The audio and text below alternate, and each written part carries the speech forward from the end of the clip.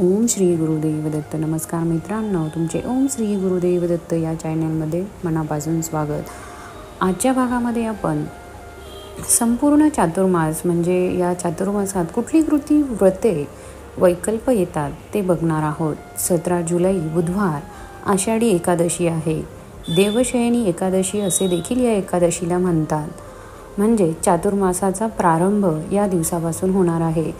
21 जुलै रविवार व्यास पौर्णिमा म्हणजेच गुरुपौर्णिमा.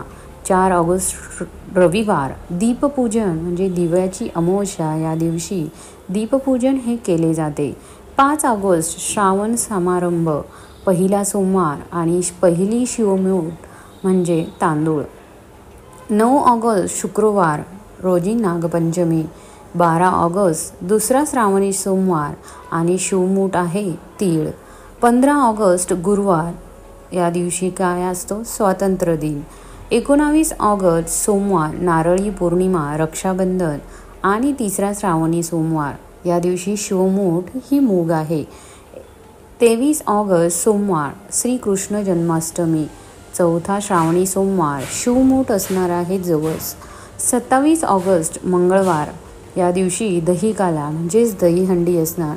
2 सप्टेंबर सोमवार समोहती पिठोरी अमावस्या आणि 5वा सोमवार शिवमूठ आहे सातू.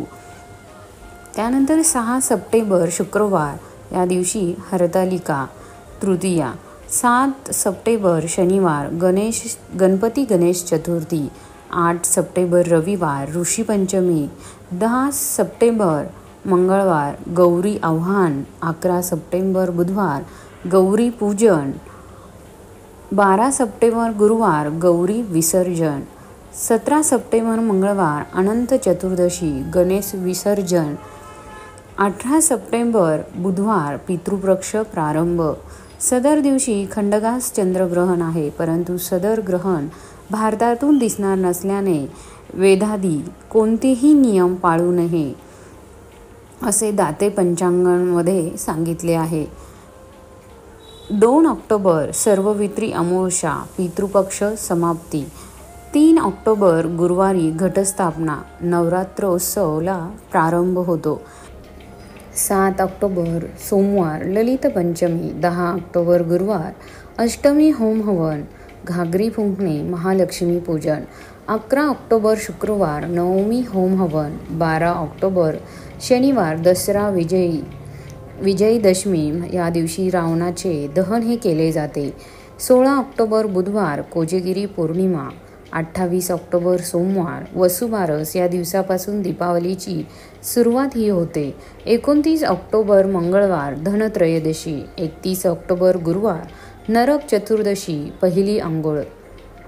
1 नोव्हेंबर शुक्रवार लक्ष्मीपूजन. दाते पंचांगानुसार लक्ष्मीपूजनाची वेळ ही दुपारी 3 ते सायंकाळी 5:15 पर्यंत, तसेच सायंकाळी 5 ते रात्री 8:30 पर्यंत आणि 9:10 ते 10:45 पर्यंत असणार आहे.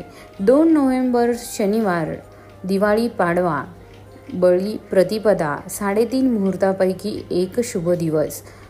3 नोव्हेंबर रोजी रविवार भाऊबीज. 12 नोव्हेंबर मंगळवार कार्तिकी एकादशी, देव उठणी, पंढरपूर यात्रा, चातुर्मास समाप्ती.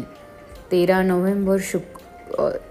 नोव्हेंबर बुधवार तुळशी विवाह प्रारंभ आणि 15 नोव्हेंबर शुक्रवार त्रिपुरी पौर्णिमा, नानक जयंती, तुळशी विवाह समाप्ती. मित्रांनो, तुम्हाला जर व्हिडिओ आवडला असेल तर लाईक करा, शेअर करा आणि सबस्क्राईब करायला मात्र विसरू